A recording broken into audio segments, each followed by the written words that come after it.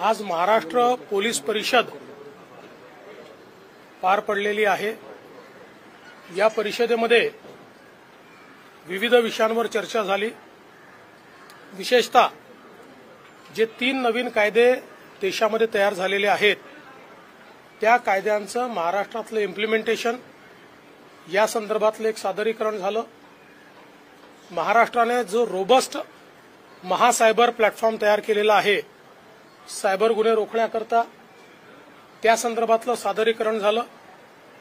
महिलांवरचे अत्याचार, बालकांवरचे अत्याचार याची रोकथाम करण्याकरता, त्याचप्रमाणे अशा प्रकारच्या गुन्हे उघडकीस आणण्याकरता आणि अशा प्रकारच्या गुन्ह्यांमध्ये अतिशय वेळेत आरोपपत्र कसं जाईल या संदर्भातली एक चर्चा त्या ठिकाणी झाली।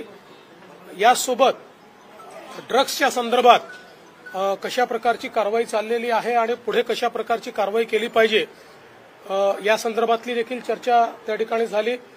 उद्योगांना कुठल्याही प्रकारे त्रास होऊ नये या दृष्टीनं आपल्याला काय करता येईल या संदर्भातली चर्चा झाली आणि त्यासोबत आपली जी फॉरेन्सिक कॅपेबिलिटी आहे ती आपल्याला कशी वाढवता येईल या संदर्भातलं देखील एक सादरीकरण हे करण्यात आलेलं आहे।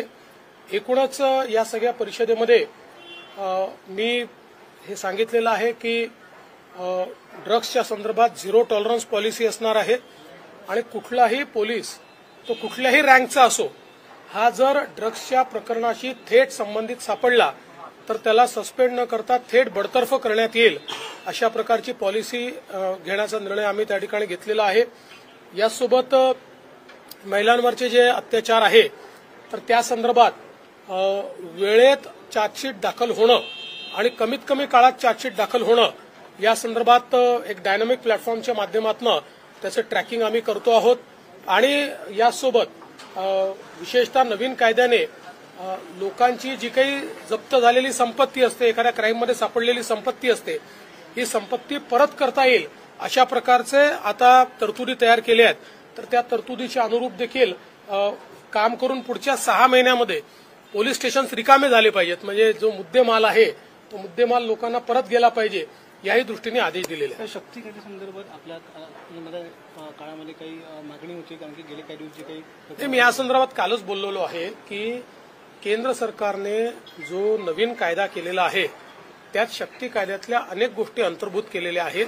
त्यामुळे आपल्याला पुन्हा रिव्ह्यू त्याचा घ्यावा लागेल आणि काय झालं नाहीये त्या संदर्भातला कायदा तयार करावा लागेल। आरोपपत्र दाखल करण्यात आलेलं आहे संतोष देशमुख प्रकरणामध्ये। संतोष देशमुख प्रकरणात आरोपपत्र दाखल करण्यात आले, लवकरात लवकर काम झालेलं आहे आणि न्यायालयासमोर आता केस उभी राहणार आहे। कशा प्रकारे बघता वाल्मिक कराड यांना मुख्य आरोपी त्यामध्ये ठेवले? पोलिसांनी अतिशय प्रोफेशनल तपास केलेला आहे आणि नवीन कायद्याचा अवलंब करून योग्य वेळेमध्ये आणि संपूर्ण पुराव्यासहित आरोपपत्र दाखल केलेलं आहे।